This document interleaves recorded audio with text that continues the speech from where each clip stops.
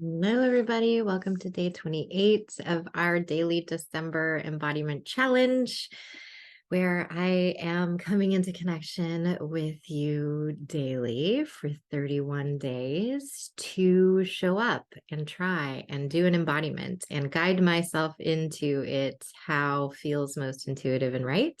I'm Marissa Moses. I am an intuitive artist, a somatic guide, a performing arts educator, and I used to be a massage therapist for over a decade. And I have a lot of intergenerational wealth creatively from parents who were creatives and artists and movement alchemists in their own right. And also a lot of intergenerational trauma, both from our movement lineages as well as our family stories, like so many of you, I imagine, out there as well. I think it's hard pressed to find someone who doesn't have a lot of trauma and wealth of sorts, emotional, spiritual, psychological, in their family in some ways. We're all faced with a lot of different kinds of risks and resiliency stories inside of our lives. And my goal with self-care for performers is to help us to see and sense when we are perhaps leaning very fiercely into risk in a way that isn't supportive of long-term growth and sustainability for our soul satisfaction and core needs as a performing artist and as a person in the world, and how a lot of our dynamics that play out in our creative communities or with our creative career can also often mirror our early childhood and how our caretakers in those early years were or weren't able to attune to us. This can be for many different reasons. Children oftentimes will get some of their needs met from their family life and some of their needs not met, and we will often seek familiarity. And so the ways in which they were met, we might seek to want to meet them that way more in our life, and also the ways in which they weren't met, we might find very familiar, and familiarity breeds comfort sometimes. And even if it was a dynamic that we experience as very painful, sometimes we will step into familiar circumstances that will then just perpetuate certain kinds of pain.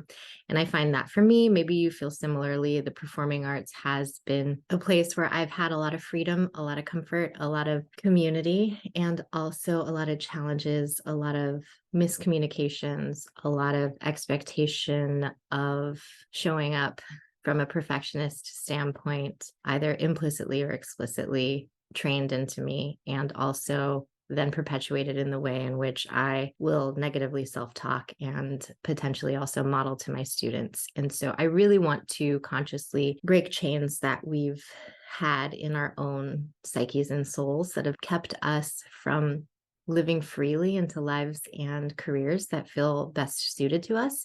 And along the way, I think some of us may find that the performing arts industries is not compatible to our needs, and others might find ways to set healthy boundaries and create sustainable enough of the rest of our lives that we are able to, in a very considerate way, still engage in certain kinds of career goals that we have wanted to step into, that perhaps we've had some creative blocks towards, or that we've stepped into and still didn't have the kind of reciprocity or the kind of satisfaction we were hoping would be there on the other side. So this is my gift to you today, is a little session for us to tap into, tune into. Okay, I'm back. I got overheated, so I had to do a costume change. Okay. We've been working with a book each day, and I've found near the end of things that I want to bring in a little bit of divination practices. So tuning into, like I would tune into a deck of cards, and then shuffle and then find the right card or spread to read from. I have been doing the same thing with books and finding a page to read a certain passage or to read from an exercise prompt that I then also will step into an embodiment for. And today's book is 101 Trauma-Informed Interventions, Activities, Exercises, and Assignments to Move the Client and Therapy Forward. This is by Linda A. Curran. CURRAN BCPC, just got a lot of letters, comma, LPC, comma, CACD, comma, CCDP-D. I don't know what all of those stand for, but apparently she's got a lot of certifications. Best-selling author of Trauma Competency, A Clinician's Guide. And she has on the front a little quote by Bessel van der Kolk, MD, who is a renowned trauma expert, author, and psychiatrist, which says, "This is an eminently practical workbook that shows a variety of invaluable techniques to get centered, calm, and organized, an effective and enjoyable guide to help you feel in charge of yourself." And I do definitely want self-care for performers to have a connection to agency and change making, and to feel like we can be in charge of ourselves and our lives, and that we can build or rebuild or ground into a kind of lifestyle, conscious connection practice that cultivates the kind of sense of community and belonging that we wish and want to also experience. Because I think a lot of what the performing arts can do and does do in many ways, yet there are also, I think, a lot of pitfalls that we can, or potholes, I guess I should say, that we can slip into for the bumpy ride along the way. But I think what I'm trying to say is that ultimately, I think that the performing arts is a community experience. Performance is a way in which we are willing to be seen vulnerably often, not always, but some of us are drawn to the performing arts to be able to share certain vulnerabilities of what it means to be a human in the world with other humans in the world through storytelling, engagement, and embodied practice. And so embodiment is sort of the heart, the core of what I feel is the reason why I stepped into the performing arts. And perhaps it can also be an invitation for some of you to also bridge space into a practice that might meet some core spiritual needs of yours, to integrate certain aspects of yourself or of human existence that you feel you want to understand more, gain more empathy with, integrate into your sense of being, or just explore from a place of curiosity and hopefully compassion. So in this one, just also at the bottom, it says that these are tools and techniques drawn from the most effective trauma modalities. And in case you're interested in looking some of them up, here are the modalities that are referenced inside of this beautiful workbook. Art therapy, CBT, DBT, EFT, EMDR, energy psychology, focusing, Gestalt therapy, guided imagery, mindfulness, psychodrama, sensory motor psychology, somatic experiencing, and movement therapies. So we're going to do what we've been doing, which is we're going to connect to the physical, tangible essence of the book. This one feels very hollow, like the pages almost feel like there's extra air in them. It feels really light, like sponge cake. It's like a sponge cake book. And then I'm going to just feel into what page feels right. Boundaries. Page 38. My glasses on. We're going to read about it. You ready? Okay. Boundary, noun, plural, boundaries. A line that marks the limits of an area, a dividing line, a boundary wall, often boundaries, a limit of a subject or sphere of activity. Inherent in all relationships are underlying assumptions that are based on current societal norms and values. These assumptions dictate one's repertoire of acceptable behaviors given the nature of the particular relationship and his or her or their role within that relationship. If everyone were aware of and in full agreement with these assumptions, perhaps the need to set and maintain personal boundaries would not be quite so important. But given the givens, ... Given the givens. Next section of this exercise. Personal boundaries within relationships. And I think before we head here, so personal boundaries within relationships, I'm not sure what it's going to say, but I think it's going to break down the kinds that we can have. And I want to reiterate um, that sometimes I think when we think about setting boundaries with people, we think about the individuals and not necessarily with the systems or the cultural climate or the industry or the institution that we may be working with or within. So I want to invite the potentiality that these can be in relationship to broader concepts as well as individual people or groups of dynamic cohorts that may work together, and how we can consciously consider where we have our boundaries. Okay. So personal boundaries within relationships. Boundaries are the internal and external lines that we draw to protect ourselves and others. They help to define who we are, who we're not, and with whom we're willing to share that information. Boundaries appear at a variety of places in an individual's psyche and body. Sensory tolerances, preferences regarding physical proximity, levels of stimulation, degree of activity, etc. Boundaries monitor and regulate the degree of personal space within relationships. Healthy boundaries are situationally flexible. Boundaries that are too rigid prevent growth and exchange with sources of energy outside the boundary, while boundaries that are too porous fail to protect the person within the boundary. So we are constantly setting, shifting, negotiating, and renegotiating our personal boundaries with regards to people, proximity, and personal information. And I think that's a helpful framework to think of, is that boundaries aren't necessarily something that is fixed and immovable. Like it was saying, that healthy boundaries are situationally flexible. So boundaries that are too rigid, as it says, they prevent growth and exchange with sources of energy outside of the boundary. And again, boundaries that are too porous meaning too much is coming in and out of them, right? Fail to protect the person within the boundary. So here are the 5 categories of boundaries. These include physical, emotional, spiritual, sexual, and intellectual. And I'm going to break those down. So physical, who, when, how, and how much others may touch me, and vice versa.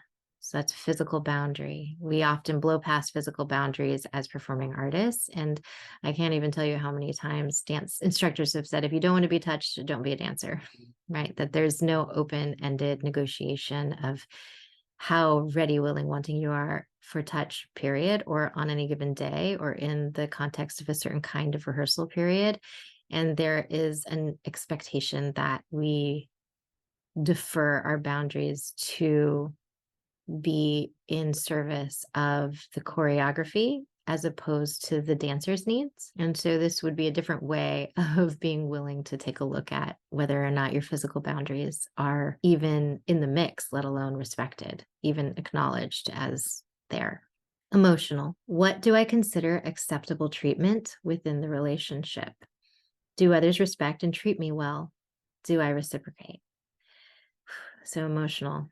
And I think this is something that I see a lot. There's a lot of emotional abuse that also happens, both in our training and then in our communities, where we're not treated well, and it could be that we don't respect others, and it could be that others don't respect us, and it could be that there's certain behaviors that don't feel like they come from a place of integrity. And so there's different ways in which we can think about how we relate to our emotional boundaries in that way. And remembering that boundaries really are there to monitor and regulate the degree of personal space within relationships, so that it's something that can cultivate a healthy relationship for us within the context of relationship with others. Then we have spiritual. How much of my belief system, spirituality, and practices do I feel comfortable sharing? When and with whom?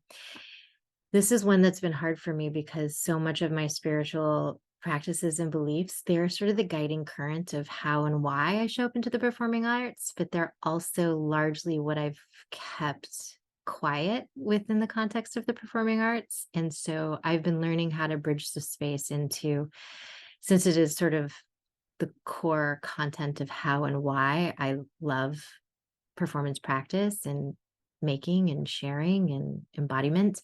Having those conversations, though, has been hard because what that's done is had me really need to clarify why I haven't brought it forward, even as I've sort of hidden them in plain sight, and the implications of what that means needing to be sort of like spiritually closeted in certain ways. In truth, there are so many people that have similar alignments to me in my community in many ways. And yet, I also find that there are still a lot of fears or judgments just because we live so much in like a Christian colonial religious supremacy sort of framework in the United States, which is where I'm at, even as I'm on the West Coast in California, which is a little bit more flexible with our ways of connecting to spirituality. It certainly has been for me and mine growing up, but having the hard conversations about how certain spiritual practices have been demonized, otherized, misused, mistreated, as well as then extracted from. And it's a hard conversation. It's not an easy one. I'm not saying that, and then everything's easy and rainbows now that I can share with you my spirituality. That's the opposite of the case. It's sort of like, okay, if we're going to do this, this is some serious shadow work, and we have to like empty some closets, and some of them are mine, but a lot of them are going to be the necessity of taking a look at like cultural narratives and collective closeting of certain conversations that are being aired more and more. And certainly over the last couple of years, there's been a lot of activism and minority voices that have been coming to the forefront. And I'm so grateful for it because it's helped me make sense of why my work has had a hard time finding its place in the world and why I've had such a challenge in stepping into a full voiced conversation around the beauty of the practices that I hold most dear and why I hold them most dear. That's been hard for me. If you know, you know. I'm going to probably say that more and more. There's a woman who I was studying from for a while. She would say that a lot. And it took me a while. I wasn't sure what she was referencing. And then the more I hung around and the more I saw the dynamics going on, I was like, oh no, I know. If you're a performing artist and you have magical practices and you also have studied classically and have tried to make your way through an industry that is largely extractive of our creative energies and life force potency, then maybe you know. Okay. Sexual. When, with whom, and how much of my sexuality and beliefs about sexuality do I share? Note that sexual boundaries go beyond the scope of just sexual activity. They include jokes, innuendos, gestures, and so on that are of a sexual nature.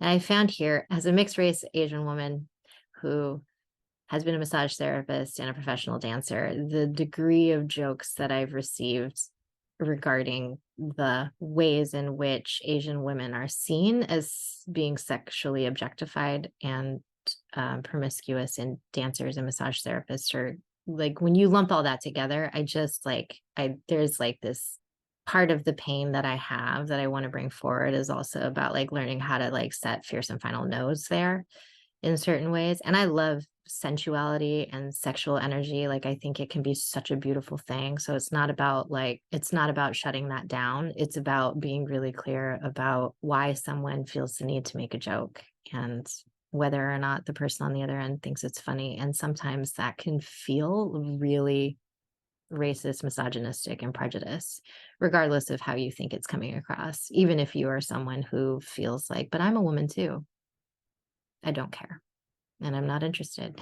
And frankly, also once, depending on how close we are, like my best friend, like we'll make jokes that are jokes because we know each other's hearts.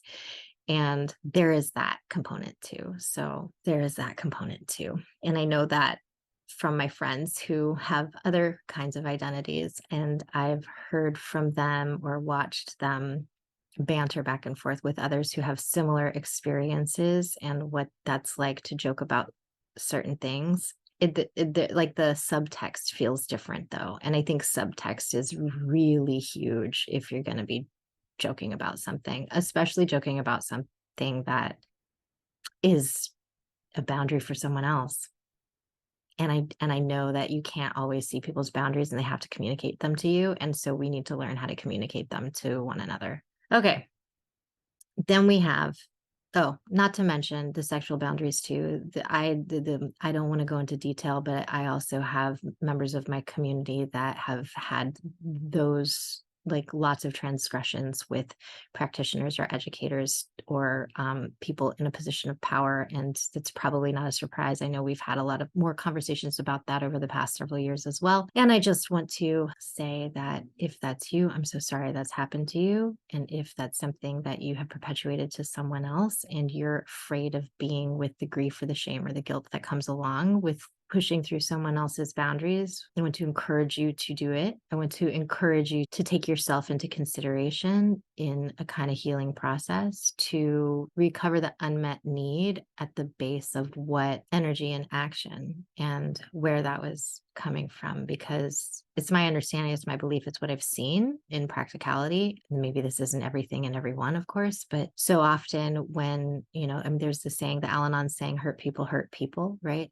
And also, I think sometimes we can utilize that saying as a way to let behaviors off the hook that shouldn't be let off the hook. And so I think there's a space between how we as a community, as a collective, as a culture of performing artists, of creative entrepreneurs, of intuitive embodied practitioners working in intimate spaces with others, how we keep coming back to these conversations around boundaries and whether or not we understand what they are from our own somatic experience, like listening to our body, and also then having the bravery to also meet someone else and attune to the messages and the boundaries that their body might be asking of them. And sometimes we will say yes and our body says no, and we wish that we wanted something that our body doesn't want. And I've spent a lot of my life bypassing the boundaries and the signals that my body was sending me, saying, I don't want this. And I would just like tune it out, spiritually bypass or gaslight myself into thinking there was something wrong with me. I must be broken. But really, it was a call for a boundary from inside of myself, from a part of me that needed and wanted more space from something, someone, some idea, some experience. And I'm learning how to experience more trust of myself and relational capacity to be in the truth of that while still honoring myself and not switching either into attack mode or fawning and people pleasing. So to how to stay regulated and safe enough within the context of my boundaries to have the conversations without feeling like I go into my fight, flight, freeze, fawn mode. I'm like, and then my face stops moving. I feel so serious right now, but I feel like it's really important for me to have like a kind of just simplicity to the way in which I'm talking about this stuff, because I think it's going to land on everybody differently and can potentially be triggering for a myriad of different reasons for those of you listening. And I don't know what those are going to be. And so I want to invite you to be tender with yourself, which is why I think I'm also kind of having more of a neutrality to my face. So like it feels protective of me, but it also feels like I want to be neutral enough to where I'm not spinning too much of my own stuff into it until, I'll get into my embodiment practice and how it makes sense for me. Coming back to the book. Okay. And there's intellectual boundaries. How are my thoughts and ideas received? Are they considered, respected? Am I provided access to information and learning? I'm curious how you guys all feel for this in these 5 categories of boundaries. Were there any that stood out to you? Were there any that you feel really good and solid with your assertiveness and clarity of your boundaries in? And are there some that are more challenging for you or that you hadn't even thought of as being places you could even have agency to protect yourself through something like a boundary? Boundary work. I didn't even know what a boundary was till probably maybe 5 years ago. I just didn't know. Not that I wasn't trying to set them in hindsight, but like I didn't understand why things were so hard for me. But I would say like what a boundary was. And then I'd have people like tell me I shouldn't have them, or that something was wrong with me, or that this, that, and the other. And I imagine I probably did that to others as well in some capacity or degree. And there were certain situations where in like a working relationship where I'd be like, we need to do this. And someone would set a boundary. I'm like, but that doesn't allow us to get to the place. And so I think there's also the compatibility piece is really important. If you're going to choose to be in some sort of like creative or romantic or personal partnership with someone where you're building towards something, it's really important that you have shared intention and direction of why you're there together. And so today for me, for here, for us, my intention, so you can see if you're on the same page, is to come into connection with some of the hidden aspects of what makes it hard for us as performing artists to show up into our relationships, to show up into our practice, to show up into our career, and where we might be operating in ways that are more harmful than helpful for the longevity of our well-being and the flourishing of our community connections. Those are my reasons why I'm here. And I'm hoping that even if or as certain things might be triggering or bringing up a lot that you might need to like take a step back and go process, just know that this video will be here for you. You can always put pause, journal about something, do your own embodiment, go take a nap, go take a couple of deep breaths, whatever you need to do to calm yourself. So let's take a couple of deep breaths now, and then I'll read the last little bit. So deep breath in through the nose. Breathe through your heart and exhale. Settling into the body again. Deep breath in through the head. Down into the heart. Settling into the body. Exhale. One more. Deep breath in. Holding at the top. Squeeze, squeeze, squeeze your body. 4, 5, 4, 3, 2, 1. Release. And shake it out. Clenching the body at the top can be really helpful. And then when you release, then things will sometimes naturally release a little more fully, completely. Okay. So completing this little section. To the unaccustomed, setting and maintaining boundaries may feel risky. So it might feel like a risk. And the risk of losing the relationship does, in fact, exist, which is why it's been so scary for me to set boundaries within the performing arts. It's because it's like, if I set boundaries within the performing arts, do I lose my access to being a performing artist? I still have this question. I don't know fully long term. I love helping others. And so if this is something that's helpful for you, to see if there's a way in which you can find and clarify your boundaries and then still come into connection with the course of your career and your intentions and your goals. My personal experience has been such that I don't know if I have the goals that I thought I did anymore, because of how much I've had to work through with where my honest boundaries are. I'm like, oh, I don't know if that actually leaves room for a performing arts career, at least in the way in which I've thought of it before. So we'll see for me, but do let me know for you how your career is going with the context of adding boundaries into it, or if you have for a while. But for me, every time I've started to set boundaries within my career, I've gone like, oh, yeah, I don't think I want this.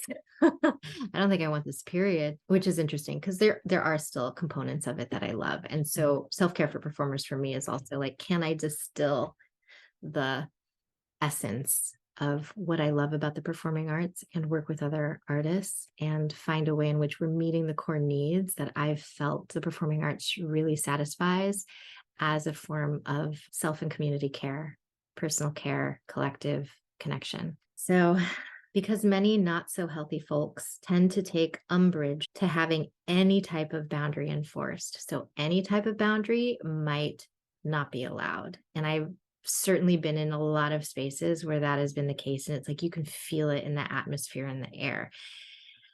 And I'm learning how to then go, that means I'm not a match. Like, that means my boundary is like not in that atmosphere unless or until I'm invited into connection through the coursework of maybe boundary setting, boundary alignment, boundary conversations, assertiveness conversations, or just very distant, so boundary that my interaction becomes more of an awareness than a relationality, and letting that be okay. Okay. It is, however, a risk worth taking. I agree. Lighting is weird tonight. Okay. Maybe it's weird every night, and I'm just noticing it tonight. That might be the case. As I was saying, it is, however, a risk worth taking because personal boundaries discourage abuse and exploitation, encourage contact, and lead to stronger, healthier relationships. I'm going to probably make a quote of that. That is really important. It's interesting that so many people fear that they will be abandoned if they attempt to set and maintain personal boundaries within relationships or within the context of the performing arts. I say interesting because it's often not the people who set the boundaries or respect those boundaries, but the people who do not set explicit boundaries who wind up resentful and eventually withdraw from relationships. Okay, that was the beginning of the boundaries section. Then we go into group exercise, worksheets, exercise questionnaire. There's all sorts of things.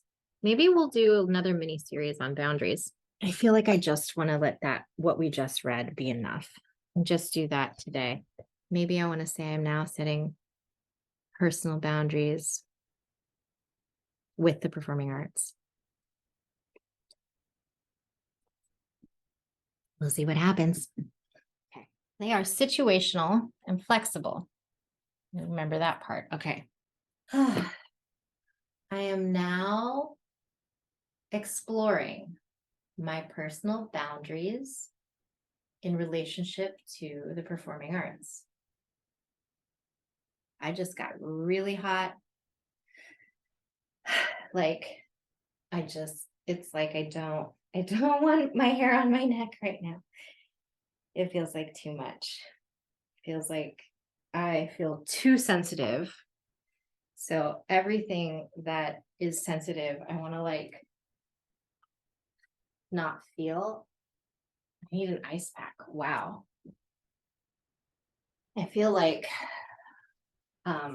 symptoms are cropping up that happen to me sometimes when I feel flooded. It's like some CPTSD symptoms. Like I'm aware that I feel hot, overwhelmed, flooded. I want to close my eyes. I want to curl up into a ball. I just want to be like, don't touch me, don't look at me, don't come into contact with me. I don't have any capacity for anything. And I certainly don't have the capacity to tell you what my boundaries are because I feel like I don't have the mental bandwidth to even process what they might be because they've been so crossed and exploited and not listened to in the past. And when I've tried to set them, they have not been respected. And that's not always the case.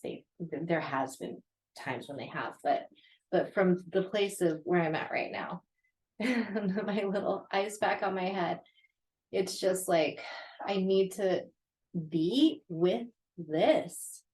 How is this related to my boundaries within the performing arts? It's like, this is my boundary. My boundary is like, oh, how is this my boundary? I think that maybe this is what's giving me boundaries. Like my sensory overload is what's allowing me to be like, I have to have boundaries because I don't have capacity to be in relationship. Here, it's like overstimulating too much. Like when there's so much dysfunction, and there is so much dysfunction.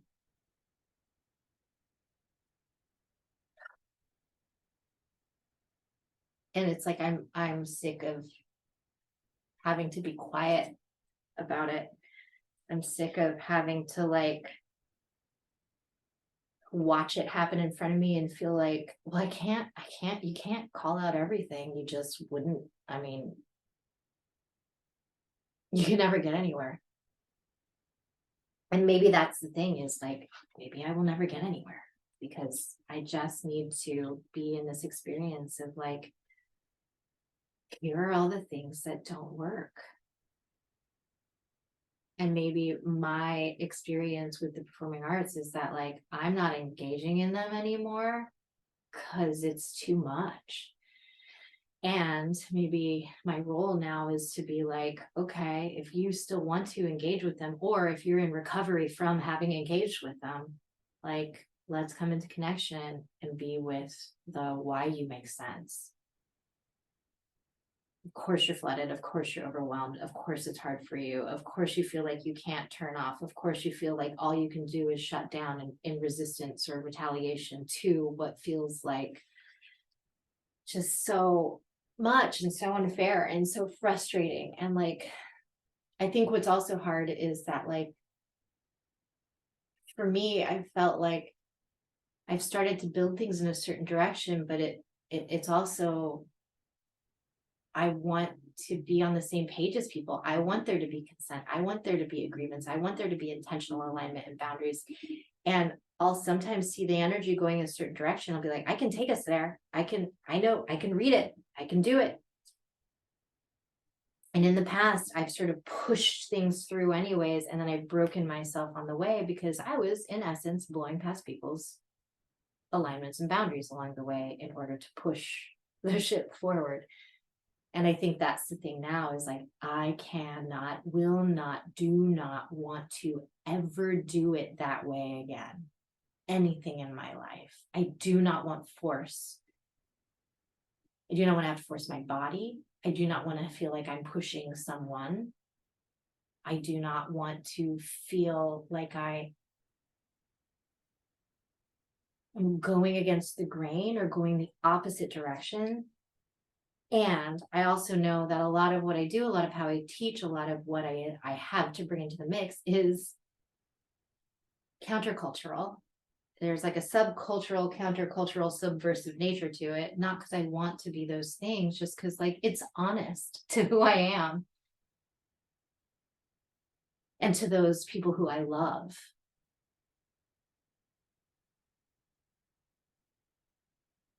And that feels scary to say. Like the willingness to like admit and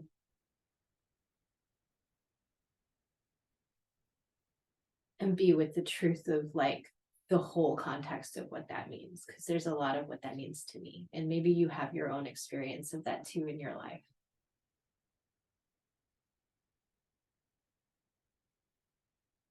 But I know for me, like, I have, my parents are very special,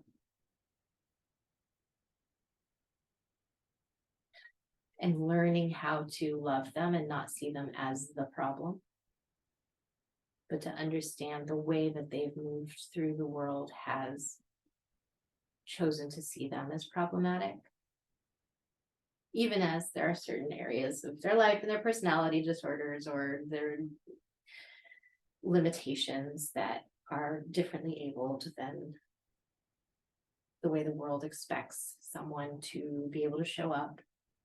Like there's yes, aspects of that, and that's all part of the conversations I also am willing and have had with them. And for me to see that it's possible to have those conversations with them helps me understand and know, and to help them see how maybe they were judging themselves. And this is where some of my way of judging myself has become modeled for me. You know, a lot of my community, like, we have identities that take on different kinds of experiences. And so these like larger sociopolitical conversations of like binaries don't make sense, because in our experience we have like a multiverse of experiences in ourselves. And so like whether that's emotionally or spiritually or sexually or physically or creatively, or like each person, it's going to manifest differently. And some of us in certain ways really like and accept certain like patterns that are more, we'll use the term traditional because that's often utilized. And that can be even just like your craft, your form of performance. Like, there's the cisgendered heteronormative world, there's the ballet and sort of certain body aesthetic in the dance world. There's so much more than that. And I don't want to, it's like, as much as I'm very much talking about all of the other things, it's like there's still this experience that I know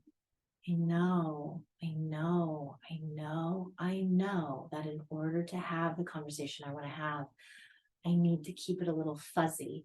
I need to keep it a little vague. I need to keep it a little spacious so that you can interpret how you're going to interpret. Because you are different than me, and you are different than all of the others that are also watching this, that you, very specifically, you who I'm talking to right now, you who are listening to this right now, you have a very specific and unique and beautiful experience of yourself in the world. And it can be so complex to be with ourselves there. And I want to invite the potentiality that you could be met with the compassion, the attunement, the relational care that you need internally in your own system, as well as externally with the relationships that you foster and how you come into connection with boundaries. Situational and flexible. And I'm also aware that my eyes are itchy and I want to be done. I'm going to let myself be done because this feels like enough. I had a hard day today. Today was one of those days after you've had a lot of really deep, good, but like hard conversations. And also, it's been the holidays, and there's just a lot of extra energy and time with people. And I'm such an introvert and highly sensitive person, and have been spending more time in environments that are more public and bustly than I'm used to. That's to my natural disposition. And so it's been a stretch. And while I'm glad that I've done it, and it's actually fostered a lot of connection within relationships that matter deeply to me, that it still comes with self-attunement afterwards to really be with myself, tend to my needs afterwards in order to come back into like a restorative sense of health and well-being, because it can be draining or expensive to choose different ways of showing up that are intentionally coming into connection with parts of ourselves or our community or our family that have been historically otherized or severed or looked down upon or blamed, scapegoated, and to find ways in which we've perpetuated that abusively internally, how we've internalized that with parts of ourselves that are similar, and externally as a way of not having to deal, not being able to deal, not having the capacity to be with the reality and the deep systemic shit that comes up when you really take a look at why things are the way they are. Because boy, that gets hard. Hand on heart, with you in the mess, willing to find a way through together. I'll see you tomorrow.